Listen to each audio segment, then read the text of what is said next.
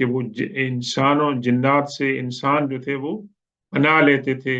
اور ان کے ہاں بھی یہ عقیدہ تھا کہ دیر از نو لائف آف ڈیتھ۔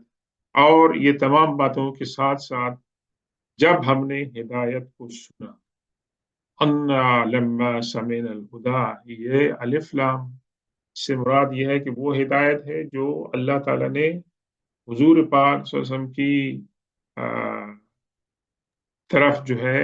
نازل فرمائی قرآن کی صورت میں، اور جس کو انہوں نے سنا اور اس پر وہ ایمان لائے، ایک ایسا کلام جو انہوں نے اس سے پہلے نہ سنا تھا، اور اس کے کلام کو انہوں نے سن کر جو ہے وہ متاثر ہوئے، اور انہوں نے کیا کہا، آمنا بھی، ہم اس پر ایمان لیں۔ اب یہ عجیب و غریب بات ہے کہ اس گیدرنگ کے اندر اللہ کے رسول صلی اللہ علیہ وسلم کلام پڑھ رہے ہیں نماز کے اندر، بظاہر ان کا اور جنات کے اس گروہ کا کوئی انٹریکشن نہیں ہوتا ہے۔ جس طرح کے صحابہ کرام حضور پاک صلی اللہ علیہ وسلم کی خدمت میں آتے تھے مسلمان ہونے سے پہلے، تو آپ کے سامنے وہ کلمہ شہادت پڑھتے تھے، یا کچھ لوگ سوال کرتے تھے، آپ ان کا جواب دیتے تھے، اور اس کے بعد یا آپ قرآن کی تلاوت کرتے تھے تو وہ سن کر ایمان لے آتے تھے۔ اکثر جو تھے وہ ایمان لے آتے، سوائے اس کے قریش کے چند سرکش جو تھے ان کے علاوہ۔ لیکن یہاں پر دیکھیں پوری سورت کے اندر اللہ تعالیٰ نے کیا فرمایا، قل، آپ فرما دی۔ اللہ تعالیٰ حضور پاک صلی اللہ علیہ وسلم فرما رہا ہے کہ آپ کے ساتھ یہ واقعہ ہوا ہے، لیکن آپ کا اور جنات کا انٹریکشن نہیں ہوا۔ اس طرح ہوا ہے کہ آپ نے کلام کی تلاوت کی ہے، انہوں نے سنا ہے، لیکن انہوں نے آپ کے سامنے آ کر بیعت نہیں کی، بلکہ وہ وہاں سے اٹھ کے چلے گئے اور اس پر ایمان لے آئے۔ یہ بھی ایمان بالغیب کی جو ہے نا ایک صورت ہے۔ فَمَن يُؤْمِن بِرَبِّهِ، اب جو بھی اللہ تبارک و تعالیٰ کے اوپر ایمان لے آئے گا، فَلَا يَخَافُ بَخْسًا وَلَا رَهَقًا، تو اس کو بخس کہتے ہیں جب آپ کوئی ڈیل کرتے ہیں بزنس کی اور کوئی شاپنگ کرتے ہیں تو اس کے اندر آپ کو نقصان ہوتا ہے اکنامکلی، اور رہقہ کے معنی وہی ہے کہ جس کے اندر زیادتی ہو، بغاوت ہو، سرکشی ہو، نافرمانی ہو۔ تو یہ دو الفاظ جو انہوں نے استعمال کی ہیں یہاں پر، یہ بہت ہی اہم الفاظ ہے۔ اس کا مطلب یہ ہے کہ جب ایک شخص اللہ کے اوپر ایمان لاتا ہے تو وہ بیعت کرتے ہیں، اور وہ اللہ کے ساتھ ایک تجارت کرتے ہیں، اور یہ اللہ کے ساتھ ایک بزنس ڈیل ہوتی ہے، اور اس بزنس ڈیل کے اندر لا یخاف بخسن، ان کو کوئی لاس نہیں ہوتا ہے، مانیٹری فائنینشیل اکنامک لاس نہیں ہوتا ہے۔ اس کا مطلب یہ ہے کہ یہ اللہ کے ساتھ جو ڈیل ہے یہ تمام کی تمام جو ہے وہ فل آف بلیسنگ ہے، پروفٹس ہے اس کے اندر کوئی نقصان نہیں ہے، اور اس کے اندر انسان کوئی ریگریٹ نہیں کر سکتا ہے نعوذ باللہ کہ میں اسلام لایا مجھے نقصان ہوگا، یہ نہیں۔ ولا رہقا، اور نہیں ان کے ساتھ جو ہے کوئی زیادتی ہوگی اور تکبر، اور یہ تمام باتیں جو منافی ہیں اسلام کی، وہ ان کے اوپر ان کا جو ہے وہ اثر ہوگا۔ وَأَنَّا مِنَّا الْمُسْلِمُونَ وَمِنَّا الْقَاسِطُونَ فَمَنْ أَسْلَمَ فَأُولَٰئِكَ تَحَرَّوْا رَشَدًا، یہ کہ ہمارے اندر پھر دو گروپ ہیں، پہلے بھی انہوں نے دو گروپ بتائے تھے، اب وہ کہہ رہے ہیں کہ ہمارے اندر دو گروپ ہیں۔ ایک گروپ وہ ہے کہ جو مسلمان ہو گئے اور جنہوں نے اسلام کو قبول کر لیا، جنہوں نے حضور پاک صلی اللہ علیہ وسلم کی نبوت کی، رسالت کو اور قرآن کو اللہ کی وحی کے طور پر ایکسپٹ کر لیا۔ ایک تو وہ ہے وَمِنَّ الْقَاسِطُونَ، اور ہمارے اندر قاسط ہیں کہ جو ڈیویٹ ہو گئے، جو راہ راست سے ڈیویٹ ہو گئے ان کو قاسط کہتے ہیں۔ فَمَنْ أَسْلَمَ فَأُولَٰئِكَ تَحَرَّوْا رَشَدًا، اب ہمارے درمیان جو لوگ مسلمان ہو گئے ہیں، تحروا، تحری کے معنی کیا ہوتے ہیں؟ تحری کے معنی ہوتے ہیں سوچ بچار کے، ایسی صورتحال میں کہ جس کا رزلٹ آپ کو نہ پتا ہو۔ مثال کے طور پر آپ کسی ایسی جگہ پہنچتے ہیں کہ جہاں آپ کو قبلہ کی ڈائریکشن معلوم نہیں ہے، تو آپ تحری کریں گے۔ تحری کا مطلب یہ ہے کہ آپ اپنی فکر اور سوچ کو جو ہے وہ انوالو کریں گے زیادہ کہ بھئی کس طرف قبلہ کی ڈائریکشن ہو سکتی ہے، کہاں سورج غروب ہو رہا ہے، کہاں سورج جو ہے طلوع ہو رہا ہے، اور اس میں اگر آپ کو کسی کی رہنمائی کی ضرورت ہے، کسی کو پوچھنے کی کوئی مل جائے تو وہ بھی تحری کے اندر ہے۔ اور تحری کے اندر یہ بھی ہے کہ جب آپ 29 مہینے کی 29 کو آپ چاند دیکھنے کی کوشش کرتے ہیں کہ کل رمضان شریف جو ہے وہ ہو سکتا ہے، یا کل جو ہے ذی الحجہ کا چاند نظر آ سکتا ہے، تو اس کو بھی تحری کہتے ہیں۔ تو یہ کہہ رہے ہیں کہ جو لوگ مسلمان ہیں ہوئی ہیں، انہوں نے کہ تحروا رشدہ، انہوں نے رشدہ معنی میں کہ گائیڈنس، اچھی بات کو سوچ کر انہوں نے فیصلہ کیا، اچھی بات کی طرف وہ گئے کہ اسلام کو ہم لوگ مان لیتے ہیں، بس وہ اچھی بات کی طرف گئے۔ وَأَمَّا الْقَاسِطُونَ، جہاں تک کہ وہ لوگ ہیں کہ جو لوگ راہ راست سے ڈیویٹ ہو گئے، منحرف ہو گئے، تو انہوں نے کیا کیا؟ فَكَانُوا لِجَهَنَّمَ حَطَبًا، حطب کہتے ہیں یہ جو لکڑیاں آپ جلاتے ہیں آگ لگانے کے لیے، اور سورہ لہب کے اندر بھی یہ ذکر ہے، ویسے اس کے اندر بھی، سورہ لہب کے اندر بھی ذکر ہے حاطبہ کا۔ تو جنہوں نے کفر اختیار کیا، جو راہ راست سے بھٹک گئے، تو وہ کیا بنیں گے؟ وہ جہنم کا ایندھن بنیں گے۔ سبحان اللہ! اللہ تبارک و تعالی کی قدرت کا یہ عجیب معاملہ ہے کہ قرآن میں یہ کہا گیا کہ جہنم کا ایندھن جو ہے پتھر اور انسان ہوں گے، پتھروں سے بھی آگ جو ہے اس کے شعلے بھڑکیں گے، جس طرح کہ ہم دنیا میں لکڑی کے اوپر اگر تیل ڈالتے ہیں تو اس سے آگ جو ہے وہ تیز ہوتی ہے، اس کے اندر کہتے ہیں نا جلتی پر تیل کا کام کرنا، تو وہ اس لیے کہتے ہیں کہ آپ نے اگر کہیں آگ لگی ہوئی ہے، وہاں اگر آپ نے تیل ڈال دیا تو آگ جو ہے وہ تیز ہو جائے گی۔ تو اللہ تبارک و تعالیٰ نے قرآن میں فرمایا کہ اس نے جہنم کے ایندھن کے طور پر انسان اور پتھروں کو استعمال کرا۔ اب یہ ہماری سمجھ میں یہ بات نہیں آ سکتی، لیکن یہ جنات کہہ رہے ہیں کہ اَمَّا الْقَاسِطُونَ، جو لوگ نافرمان ہو گئے تو وہ کیا ہوں گے؟ جہنم کے ایندھن کے طور پر وہ استعمال۔ تو یہ جنات ہیں، اور جنات آگ سے بنے ہیں، جنات ہی کو اللہ تبارک و تعالیٰ آگ کے اندر جو ہے وہ جہنم کا ایندھن بنائے گا کہ جن سے آگ جو ہے وہ مزید بھڑکے گی، بلکہ آگ جو ہے وہ بجھے گی نہیں ویسے۔ وَأَن لَّوِ اسْتَقَامُوا عَلَى الطَّرِيقَةِ لَأَسْقَيْنَاهُم مَّاءً غَدَقًا۔ اب یہ قرآن پاک کا جو سٹائل ہے، آپ اس کی طرف دیکھیں کہ قرآن پاک کا سٹائل جو ہے وہ یونیک ہے، کہ فرسٹ پرسن ہے، سیکنڈ پرسن ہے، تھرڈ پرسن ہے، پلورل ہے، یہ تمام چیزیں آپ کو قرآن کے اندر ملیں گی جو انسان کے کلام کے اندر آپ کو نہیں ملتی ہے۔ میں اگر گفتگو کر رہا ہوں تو میں فرسٹ پرسن میں گفتگو کرتا چلے جاؤں گا، انلیس کہ میں ٹاپک کو چینج کروں گا، کسی اور کو لے کے آؤں گا، تو میں کہوں گا اس نے یہ کہا، اس نے یہ کہا، ہم نے یہ کہا، تم نے یہ کہا۔ لیکن یہ دیکھ قرآن کے اندر یہ جنات کی بات ہو رہی ہے۔ اب جنات کے بعد اللہ تبارک و تعالی کلام کا رخ جو ہے وہ چینج فرماتے ہیں۔ وَأَن لَّوِ اسْتَقَامُوا عَلَى الطَّرِيقَةِ لَأَسْقَيْنَاهُم مَّاءً غَدَقًا۔ اللہ تعالیٰ یہ فرماتے ہیں کہ اگر وہ لوگ صراط مستقیم پر گامزن رہتے، لَأَسْقَيْنَاهُم مَّاءً غَدَقًا، تو ہم ان کو ایک اچھا پانی جو ہے وہ پلاتے جس سے وہ سیراب ہوتے، یعنی ان کے اوپر بارش ہوتی، اور بارش کے نتیجے میں ان کی کھیتیاں جو ہیں وہ پھلتی پھولتی، اور ان کے کھانے پینے کا انتظام ہوتا۔ تو آپ یہ دیکھیں کہ وہاں جو تھا وہ فرسٹ پرسن پلورل استعمال ہو رہا تھا، اور اب یہاں پر یہ جو کلام ہے وہ عَلَّوِ اسْتَقَامُوا عَلَى الطَّرِيقَةِ، اللہ تبارک و تعالیٰ نے یہ کلام اپنی طرف منسوخ کر دیا۔ اب یہ جنات کا کلام نہیں ہے کہ جنات یہ کہیں کہ اگر وہ راہ راست پر گامزن رہتے تو ہم ان کو اچھا پانی پلاتے، نہیں، یہ اللہ تبارک و تعالیٰ کا کلام ہے، اور یہ کلام کی یہ اسلوب ہے جو قرآن کو یونیک بناتی ہے، کہ قرآن جو ہے ایک ڈفرنٹ قسم کی کتاب ہے،